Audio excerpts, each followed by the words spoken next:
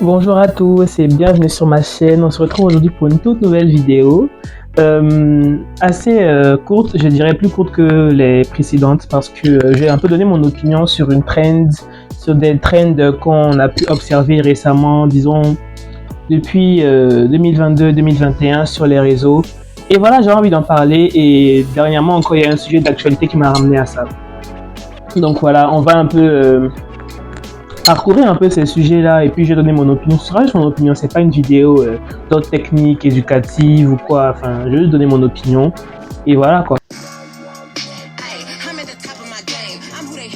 Alors, comme j'ai pu le mentionner tout à l'heure, il y a eu le rebranding de PLT, c'est-à-dire qu'ils ont complètement, il y a eu une totale refonte du site. Et aussi un changement en fait de produits. Ils ont complètement changé la gamme de produits qu'ils proposaient, donc la gamme de vêtements, que ce soit en termes de style, en termes de palette de couleurs, en termes même de maintien. Donc voilà, il y a eu de gros changements. Donc on est maintenant sur des vêtements plus sobres, plus classiques, plus raffinés.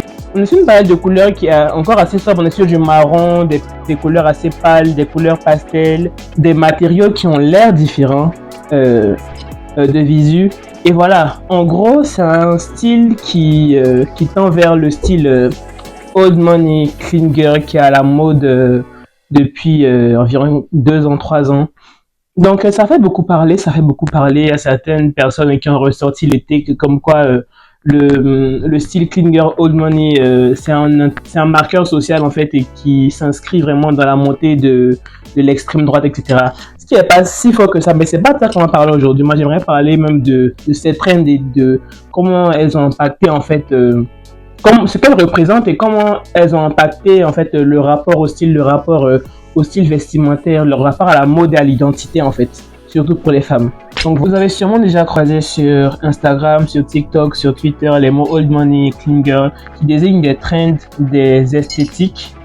Donc on va les définir aujourd'hui pour le bien de notre réflexion. Ce sont deux concepts assez différents en soi, mais pour le bien de la réflexion, je vais les assimiler parce que je pense que les deux se rejoignent sur plusieurs points.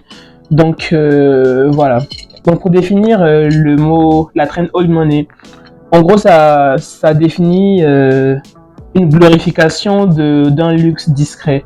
Donc un style qui se veut plus sobre en opposition avec un style de nouveau riche qui se veut plus flashy. Cette trend va se distinguer par les matériaux, on sera plus sur du lin, de la laine, de la soie, ou encore même certaines marques, donc Polo Ralph Lauren, Hermès, d'autres marqueurs sociaux comme un yacht, une grande maison, une piscine, un voyage en Toscane, vous voyez. Donc il y a toute une esthétique, non seulement vestimentaire, mais aussi il y a d'autres marqueurs sociaux en fait qui définissent cette trend.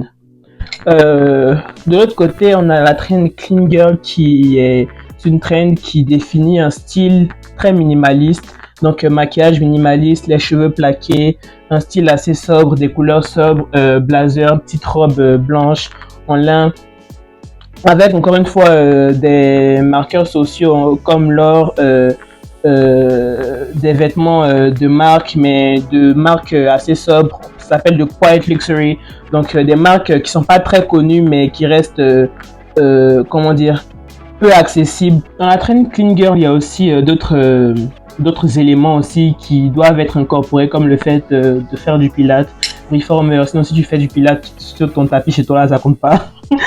Du pilate reformer, d'acheter des boissons à base de matcha, des ice latte, des boissons dans des cups en fait en partant au travail. Vraiment il y a toute une esthétique, tout un mode de vie en fait, toute une routine en fait qui s'inscrit dans cette esthétique de clean girl. Ces trends ont été popularisés par des célébrités ou influenceuses. Parmi les célébrités on a Hailey Bieber, on a Sofia Richie, même Bella Hadid, donc des mannequins, des personnages publics qui ont servi d'inspiration en fait pour la construction, la popularisation de ces trends-là. Et je pense que où les deux esthétiques se rejoignent, c'est que les deux entrent vraiment dans une intention de montrer une image soignée pour avoir de la validation sociale, voire d'avoir une chance même de pouvoir intégrer une autre classe sociale qui est supérieure en fait. Et donc voilà, mais le problème c'est que ça vend une illusion en fait de la classe et du raffinement et de et, et de cette élégance-là qui est propre aux riches. Ça vend cette illusion-là, alors qu'en vrai, toutes les personnes qui essaient de l'imiter n'ont probablement, très probablement pas les codes en fait pour incarner en fait ce qu'elles veulent incarner. Donc ça aboutit à quelque chose de bancal, quelque chose de pas authentique, quelque chose de faux, quelque chose de ridicule en fait.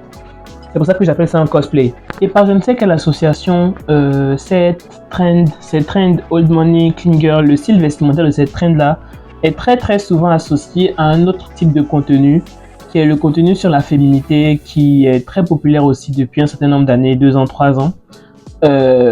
Où voilà, on a des influenceuses, des célébrités, même des personnages publics qui vont se mettre à donner des conseils sur comment être plus féminine, comment avoir l'air apprêtée, comment être coquette.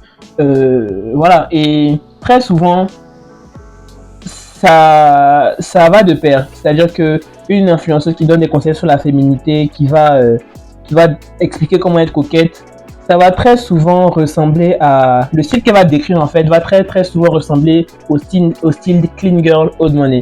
C'est-à-dire être sobre, être moins de maquillage, avoir un maquillage sobre, une coiffure assez propre, des cheveux plaqués, des cheveux bouclés, mais rien de foufou, pas de couleur pas naturelle, des vêtements sobres, de beaux matériaux. Voilà, donc ça, les deux vont vraiment s'associer. Le problème, c'est que c'est pas qu'un style vestimentaire, ça s'accompagne aussi de plein de conseils qui vont définir en fait comment, en tant que femme qui désire se rapprocher en fait de cet idéal féminin, cet idéal de clean girl là, va aborder la vie, va aborder les relations, comment elle va se comporter, comment elle va se tenir, comment elle va parler, ce qu'elle va aimer, ce qu'elle va incarner en gros. On aura des conseils assez précis sur par exemple comment attirer un homme masculin, comment cultiver son énergie féminine dans la relation, comment faire en sorte que son homme soit amoureux, comment faire en sorte que voilà, qu'il te traite comme une princesse, etc. Et voilà, c'est souvent des conseils assez précis sur comment être en fait, comment se comporter, comment aborder les relations et ce que tu dois attendre d'une relation, ce que tu dois incarner dans une relation pour que tu puisses être épanoui en tant que femme. Comment avoir une voix plus féminine, comment parler, comment s'exprimer pour être plus féminine, qu'est-ce qu'il faut porter, comment il faut se tenir. Dernièrement, je me prenais sur Twitter et j'ai vu une dame qui a adhéré à ce concept-là apparemment et qui disait un conseil féminité qu'elle pourrait donner, c'est de marcher doucement dans la rue. De marcher doucement dans la rue, histoire de laisser les gens nous admirer. Comme ça, ça permet aux hommes, aux personnes en fait d'être plus attirées par nous, de vraiment révéler cette énergie magnétique qu'on a en tant que femme. Donc marcher doucement dans la rue, de laisser nous admirer, ça va augmenter la confiance en soi, etc. Et ça me fait rire parce que ce ne sont plus que des conseils isolés, c'est vraiment des conseils qui vont s'inscrire dans une dynamique en fait de comment incarner quelque chose, comment incarner cet archétype féminin, là, comment incarner la femme plus, la femme féminine au max en fait. Et je trouve ça ridicule. Not gonna lie, pour dire la tête, je trouve ça ridicule. Parce que pour moi, on est sur du cosplay, c'est-à-dire que tu n'as pas évolué dans ce sens-là en fait toute ta vie. Mais tu t'es levé un jour, tu as vu ce genre de contenu-là, tu t'es dit, ok, ça pourrait m'aider à avoir le type de relation que je veux, ça pourrait m'aider à être perçu comme je veux être perçu. Donc je vais commencer à adopter ça. Et ça devient un déguisement. C'est complètement un déguisement parce qu'il n'y a rien d'authentique à cela. Il n'y a rien d'authentique à cela. Tu as un style, une manière d'être qui est complètement manufacturée, qui a été construite par TikTok, par les réseaux, et tu as décidé d'adopter cette manière d'être là, mais complètement du début à la fin en fait. Et ça fait peine à voir, Moi je trouve ça ridicule. Et le pire c'est que le manque d'authenticité est très criard. Ça se voit quand quelque chose n'est pas authentique. Ça se voit quand une personne n'est pas authentique dans son style vestimentaire, n'est pas authentique dans sa manière d'être, de parler, d'aborder la vie. Et ça se voit. Moi, par exemple, quand je me promène sur les réseaux et je vois certaines personnes qui ont des opinions, des manières de réfléchir, et je me dis, mais ça se voit en fait que tu es en train de régurgiter toutes les conneries que tu as aspirées en fait sur les réseaux. Et l'autre aspect néfaste aussi de la chose, c'est que, comme je l'ai dit, ça manque cruellement d'authenticité. Et je suis convaincu, intimement convaincu qu'on attire des choses qui nous correspondent, on attire réellement des choses qui sont compatibles avec nous uniquement en étant authentique. Tu ne peux pas attirer quelque chose qui est pour toi si toi-même en apparence tu n'es pas toi-même. Et donc si tu veux attirer un partenaire qui qui te correspond, qui est compatible avec toi, un partenaire qui te comprend, qui te voit pleinement pour ce que tu es. Qu'est-ce qui te fait comprendre que tu pourrais attirer quelqu'un comme ça en étant quelqu'un d'autre en fait? Et au-delà de ça, faire ça en étant à l'âge adulte, c'est juste ridicule. Stop it, arrêtez s'il vous plaît, j'en peux plus. J'en peux plus à chaque fois que je vois vos conneries sur TikTok. Comment cultiver son énergie féminine? Avec vos voix, vous parlez à peine là. Franchement, ça m'a saoulé. Arrêtez ça. Et pour moi, ces trends-là, en fait, elles sont une manifestation évidente de la crise identitaire que vit la génération Z pour moi. C'est-à-dire qu'on est une génération qui a grandi dans l'ère des réseaux, qui baigne pleinement dans l'ère des réseaux avec les influenceurs. On est constamment exposé à de l'information, aux nouvelles trends, aux nouvelles modes. Et voilà, on a appris à aborder la vie en fait à travers les réseaux sociaux. Et donc ça a créé une sorte d'obsession pour le paraître, une sorte d'obsession pour comment on est perçu, non seulement sur les réseaux sociaux, mais dans la vraie vie aussi. On est défini par comment les autres nous voient. Et pour moi, cette obsession-là, elle a créé à son tour une obsession pour les labels. On a développé une sorte d'obsession pour les labels parce que pour répondre à la question de qui nous sommes, c'est une question qui est vraiment propre à notre condition d'humain. Donc on a besoin en fait de se définir par quelque chose d'ostentatoire, de visible. Et donc ça a créé cette obsession là qui est celle des labels en fait qu'on peut voir partout sur les réseaux. Et je vais vous l'expliquer parce que je pense que peu de personnes en parlent et je pense que voilà, faut que je développe cette idée là. Mais aujourd'hui par exemple, j'ai l'impression que tout doit avoir un nom. Tout doit avoir un nom. C'est pour ça qu'on a plein de noms d'esthétiques qui émergent chaque semaine. Vanilla Girl, Latte Girl, Pilates Princess, Clean Girl esthétique, Old Money esthétique, Shade Girl. Voilà, plein d'esthétiques en fait qui voient le jour. Mais à bien les voir, c'est rien de nouveau. C'est juste des accessoires divers ou un style de vie qui est recréé à travers plusieurs éléments en fait d'une routine. Et voilà, ça va être baptisé quelque chose parce que faut que les gens puissent s'identifier à cela, mais surtout il faut que cette esthétique là puisse avoir un nom pour que la personne qui veut l'adopter puisse l'identifier et puisse s'identifier à celle-ci. Par exemple, si tu vas au supermarché ou si tu vas dans un magasin, il faut que ce que tu veux acheter ait un nom pour que tu puisses dire je veux tant. Comme ça on te le donne exactement. Donc c'est pareil, si tu veux incarner, je sais pas, une clean girl, il faut que ça ait un nom. Comme ça, tu pourras aller sur Pinterest, taper clean girl et tu auras le starter pack. Et pour que tu puisses incarner en fait cette clean girl. Donc en fait, ces trends-là, c'est juste des assemblages d'éléments qui vont venir se mettre ensemble et désigner ou définir un style de vie, un mode de vie qui est artificiel, qui est complètement manufacturé en fait. Et pour moi, l'un des exemples prime de cette obsession pour les labels, cette obsession pour l'imitation et pour les références, c'est il y a quelques mois, l'année dernière je pense, je rentre sur TikTok, je joue TikTok, je vois quelques vidéos qui mentionnent Sophia Richie Dance. Donc c'est des blagues que je comprends pas. Souvent je rentre sur TikTok, je vois des blagues que je comprends pas, donc je tape les mots-clés dans la barre de recherche et je cherche à comprendre en fait. Donc je vois une vidéo de Sophia Richie et là je la vois bouger sur une musique. Donc je regarde, j'attends le pas en question qui fait autant parler. Je regarde et la vidéo finit et elle recommence. J'ai pas vu le pas. Et c'est là que je réalise qu'en fait, elles l'ont encore fait en fait, créer une trend à partir de rien. Donc toute la Sophia Richie Dance dont on parle là, c'est juste ça.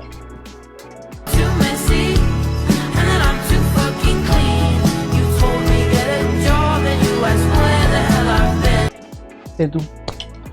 C'est tout. Et il y a vraiment des go qui ont fait plusieurs vidéos après ça pour reprendre la danse au pied. On dit oh elle danse trop bien, oh ma Sophia Richie Dance, genre.